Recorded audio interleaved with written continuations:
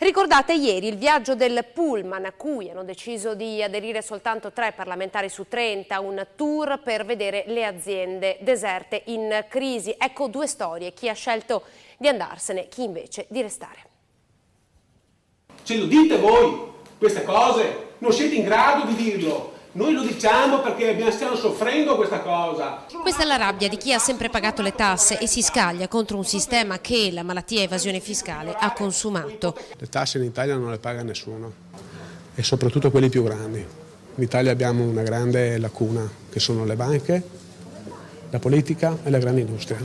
Sauro Sartori, un'azienda di Campagna Lupia, produce macchinari per l'edilizia. Da 20 è passato a 0 dipendenti ed è in guerra con la banca per tassi di usura che sono saliti fino al 30%. Certo che ho riaperto, all'estero però, non in Italia. Sauro, lui ha scelto di andarsene, Roberto invece di rimanere. 2 anni fa ho visto che cominciava a diminuire, fino all'anno scorso ho cercato di tenere duro e purtroppo un anno a questa parte ho lasciato a casa.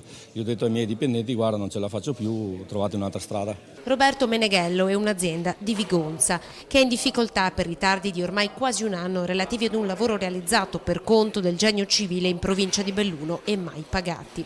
La sua ditta ha sistemato degli argini del torrente Mae, ma è rimasta schiacciata dalle logiche del subappalto. A lei quanti soldi basterebbero per ripartire? I miei 50.000 euro che avanzo, le cose si sistemerebbero moltissimo, diciamo.